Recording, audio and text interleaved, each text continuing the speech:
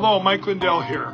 I wanted to get on and thank you all for supporting MyPillow and my employee-owned company during these times that we've been canceled and all the attacks that just keep coming.